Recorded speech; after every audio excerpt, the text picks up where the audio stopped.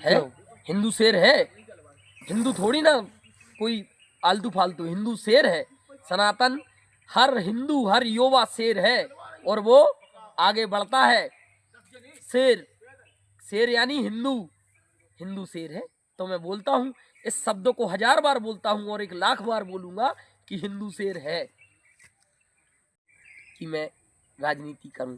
लेकिन अगर भविष्य में कभी ऐसा मौका आएगा तो मैं सनातन धर्म को लेकर राजनीति करूंगा। हिंदू, मुस्लिम, सिख, ईसाई सभी भाई हैं, सबके धर्म अलग अलग रहते हैं। सभी भाई हैं, सबका धर्म अलग अलग है। मेरा हिंदू धर्म अलग है, एक भाई का अलग है और मुस्लिम भाई का अलग है। सभी है, वो अपने धर्म के लिए चल रहे हैं, मैं अपने धर्म के लिए चल रहा हूँ।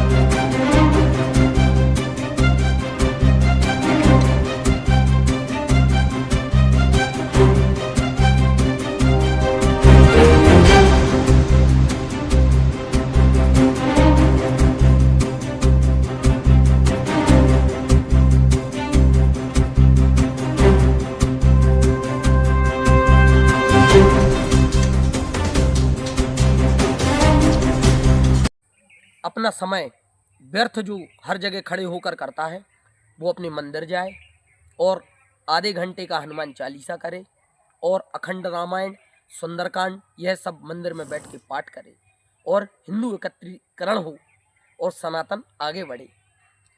अभी हमने कन्याओं का दान लेना है मुझे। 22 वर्ष उम्र है, अभी हिंदू युवा जिला अध्यक्ष रितेश ठाकुर।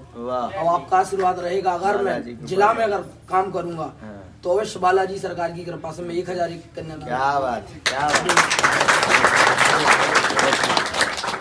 तो ठीक है, चर्चा समझ आ गई। और कोई संदेह और कोई बात?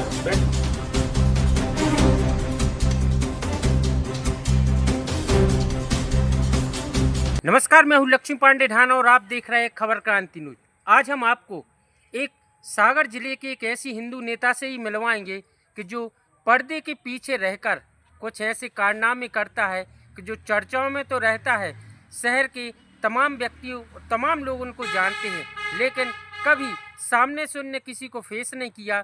चाहे भीड़ की बात हो, चाहे गरीबों की मदद करने की बात हो और चाहे जन जन जैसे अवसर हो। हनुमान जी के परम भक्त रितेश ठाकुर नाम है इनका और लगातार हमने देखा कि हिंदुओं को साथ लेकर चलने की एक इनकी वो तमन्ना है कि ये हमेशा पर्दे के पीछे रहकर काम करते हैं।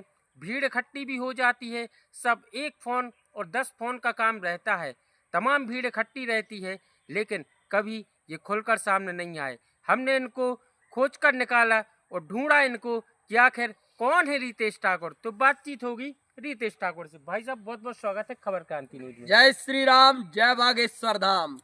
क्या कहते हो भाई साहब, यानी हमने देखा पर्दे के पीछे रहकर सिर्फ तस्वीरों में दिखते हो, कभी आगे आकर बोलना नहीं, लोगों के सामने कुछ कहना नहीं, आखिर ऐसा क्यों? हिंदू धर्म में जन्म हुआ है। हिंदू धर्म और सनातन धर्म। सनातन धर्म एक ऐसा धर्म है जो राजनीति से दूर है। ठीक है, लोगों के लिए राजनीति लगती होगी, लेकिन हम राजनीति से दूर रहना चाहते हैं, क्योंकि हमारा लक्ष्य है हर सनातनी और हर हिंदू एक रहे। अगर हम राजनीति करते तो हम सामने आते, हमें सामने नहीं आना है। सिर्फ एक ही संकल्प है, इस सागर संभाग में, मध्य प्रदेश में, भारत में, जो हमारे गुरुदेव धीरेन्द्र शास्त्री जी ने एक संकल्प लिया है, हिंदू एकत्रित हो, हम उन्हीं के शिष्य हैं। क्या हम अपने सागर जिले बुंदेलखंड में हिंदू एकत्रीकरण नहीं कर सकते क्या? हम क्यों आए सामने? हम हर हिंदू से कहना चाहते हैं कि वो सनातन की ओर आगे बढ़े और हर हिंदू को साथ में लेके चले।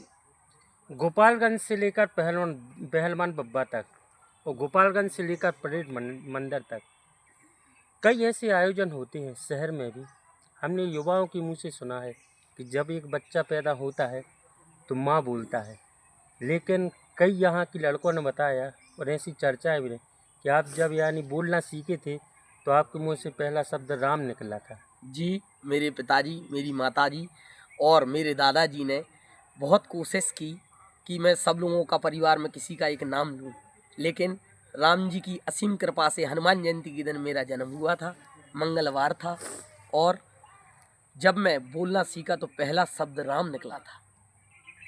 क्या देखते यानी हिंदुओं के प्रति जिस तरीके का यानी आपका रुझान रहता है, क्या कहना चाहेंगे इसके लिए?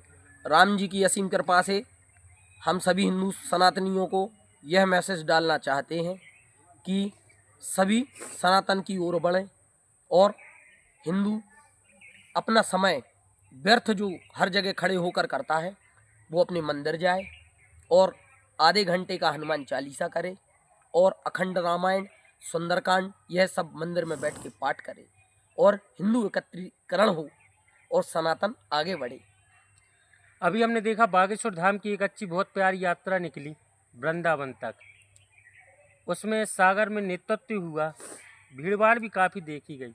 युवाओं में ऐसी चर्चा है कि रितेश ठाकुर सबसे आगे आए, लेकिन पर्दे के पीछे रहकर उन्होंने भीड़ इकट्ठी की। क्या कहना चाहोगे? अब वो लोग तो कुछ भी बोलेंगे, लेकिन अगर रितेश ठाकुर अकेला बस होता तो इतनी भीड़ इकट्ठी नहीं कर पाता।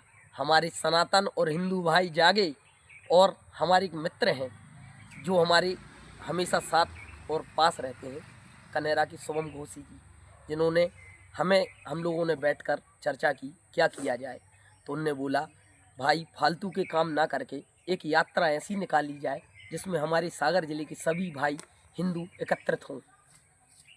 हमने देखा जैसे अगर राजनीतिक दृष्टिकोण से देखा जाए तो जिस तरीके की वर्तमान में राजनीति चलती है, राजनीति में देखा कि यहाँ उठक पुठक, यहाँ उथल पुथल हो रही है, इसको भीड़ चाहिए, उसको भीड़ चाहिए, लेकिन राजनीति में क्या धर्म तो आड़े आता है, ये हम मानते हैं, लेकिन धर्म को किस तरीके से चलना चाहिए राजनीति में? राजनीति विषय एक अलग है और सनातन एक विषय अलग है। विषय ऐसा है कि राजनीति लोगों को इकट्ठा कर सकती है, लेकिन सनातन एक ऐसी है कि सभी लोगों को इकट्ठा कर सकती है। सनातन है तो राजनीति है और राजनीति है तो सनातन नहीं है। इसलिए सभी हिंदुओं को मैं पुनः सूचित करता हूँ कि अगर राजनीति से सनातन को जोड़ोगे तो सनातन कभी आगे नहीं बढ़ पाएगा, लेकिन सनातन अगर राजनीति से जुड़ेगा तो राजनीति आगे रहेगी। युवाओं की चर्चा चल रही है कि इस बार युवा जिलाध्यक्ष रितेश ठाकुर को होना चाहिए। मेरा अभी तक तो ऐसा कोई आइडिया नहीं है और ना मैंने सोचा है कि मैं राजनीति करूं, लेकिन मैं जुड़ा रहता हूं सभी युवाओं के साथ, इसलिए मेरा सनातन धर्म आगे रहे। और रही राजनीति की बात, तो मेरे परिवार में कोई राजनेता ऐसा नहीं है कि मैं राजनीति करूं, लेकिन अगर भविष्य में कभी ऐसा मौका आएगा तो मैं सनातन धर्म को लेकर राजनीति करूंगा। हिंदू, मुस्लिम, सिख, ईसाई सभी भाई हैं, सबके धर्म अलग अलग रहते हैं। सभी भाई हैं, सबका धर्म अलग अलग है। मेरा हिंदू धर्म अलग है, एक भाई का अलग है और मुस्लिम भाई का अलग है। सभी है, वो अपने धर्म के लिए चल रहे हैं, मैं अपने धर्म के लिए चल रहा हूँ। कहीं कोई अगर आ चाहे, जैसे हमने देखा अभी एक लव जिहाद का मामला कई बार सामने आया, क्या कहना चाहोगे? जो आपने, मैं फिर से वही रिपीट कर रहा हूँ, जो आपने बोला पर्दे के पीछे रहकर काम करता हूँ, तो आप समझ सकते हैं कि सभी सनातनों के साथ मैं खड़ा हूँ और जब मेरे धर्म पे बात आएगी तो हाथ जोड़ भी सकता हूँ और क्या कर सकता हूँ मैं वो इसमें नहीं बता सकता। हनुमान जी के परम भक्त माने जाते हैं। जी, जन्म हुआ है हनुमान जयंती के दिन और मंगलवार का दिन था। जन्मदिन के अवसर पर 51 फुट का झंडा चढ़ाता हूँ पहलवान बब्बा में, जिसमें बहुत सारे सनातनी भगवा में रहते हैं। क्या देखते यानी जिस तरीके से यानी अगर आप भविष्य में यानी राजनीतिक चर्चाओं में तो आप आने वाली नहीं है, ऐसा यानी आपका विचार है कि राजनीति नहीं करूँगा, धर्म के लिए, सनातन के लिए हमेशा जिंदाबाद रहोगे, चाहे वो कोई हो, आप सबके साथ खड़े रहते हो। लेकिन अगर राजनीतिक दृष्टिकोण से देखा जाए और अगर राजनीति में आपका अगर कदम आगे बढ़ा तो फिर क्या रहेगी आपकी रणनीति? सब लोगों को साथ में लेके चलूँगा, सनातन धर्म को आगे रखूँगा, यही है राजनीति। सनातन धर्म नहीं है तो राजनीति नहीं है, सनातन धर्म है तो राजनीति है। भगवा हाथ में हो, भगवा हाथ में हो और दिल में श्री राम हो, यही राजनीति है। हिंदुओं को लेकर जिस तरीके के यानी आपका एकत्रीकरण हमेशा बोलते हिंदू शेर है, क्यों? हिंदू शेर है, हिंदू थोड़ी ना कोई आलतू फालतू, हिंदू शेर है।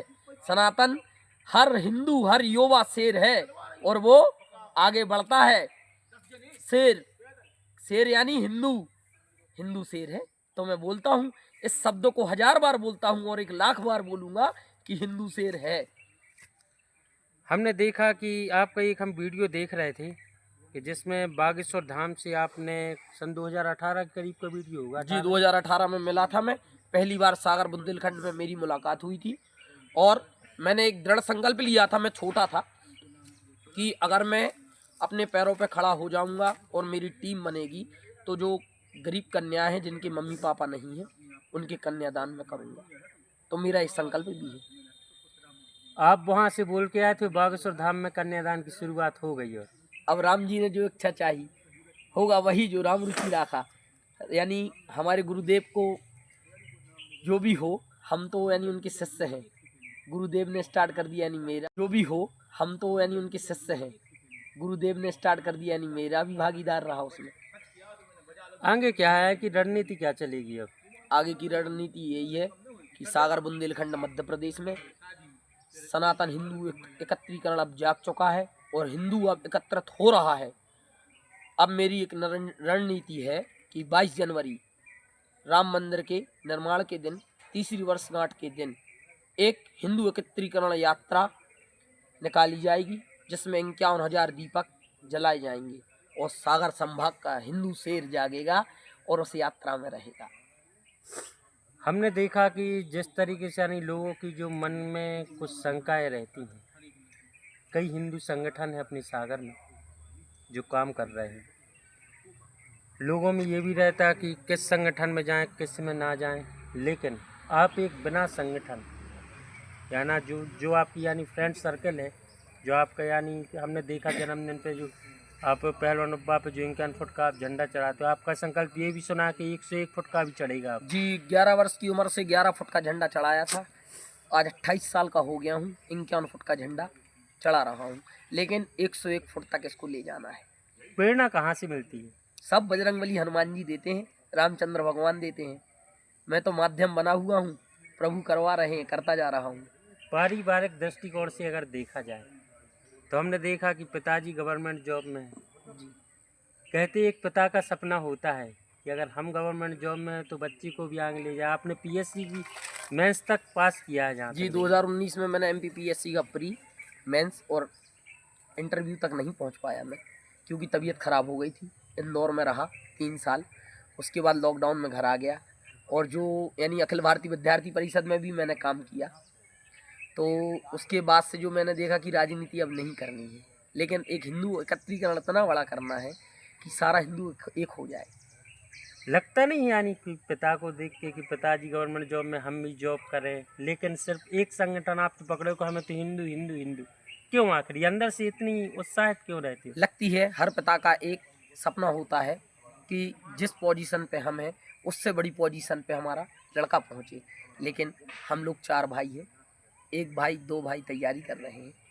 और अगर मैं हिंदू धर्म के लिए आगे बढ़ा भी तो सोचता हूँ कि जो राम जी ने लिखा है वो होना है।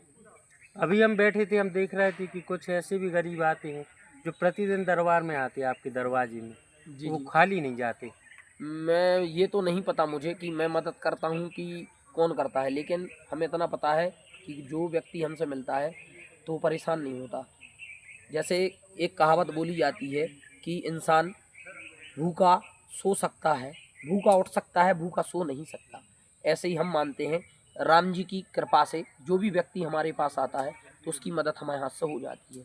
और रही बात मदद की, तो आप भी आप बहुत बड़े हैं, हम तो 28 साल उम्र है हमारी। आप ये बताइए, इंसान पैसे कमाने में लगा हुआ है, इंसान परिवार से पैसों के पीछे लड़ रहा है, इंसान दोस्त यारों को भूल रहा है। जब इंसान मर जाता है तो 4 लोग इकट्ठे नहीं होते और उसके ऊपर पैसे फेंके जाते हैं।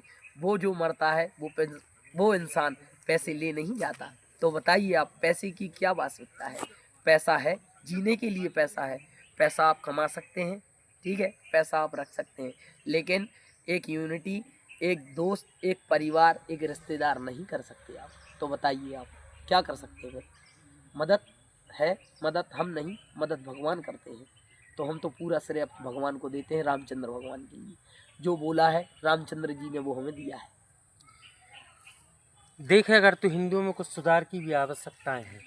सुधार इस प्रकार का होना चाहिए कि नए यूथ के लिए मैं बोलना चाह रहा हूँ, सागर जिले के जो 1-2 घंटे आप बाइक उठाकर, कार उठाकर घूमते हैं, आधे घंटे अपने मंदिर, जो अपने पास में मंदिर है वहाँ पर जाएं, आधे घंटे का सुंदरकांड करें। हर शनिवार को पूरे हिंदू भाई एकत्रित हों, हर मंदिर में 1 घंटे का सुंदरकांड करें और हनुमान चालीसा का पाठ करें और सभी अपने मंदिर पर जय श्री राम का भजन करें।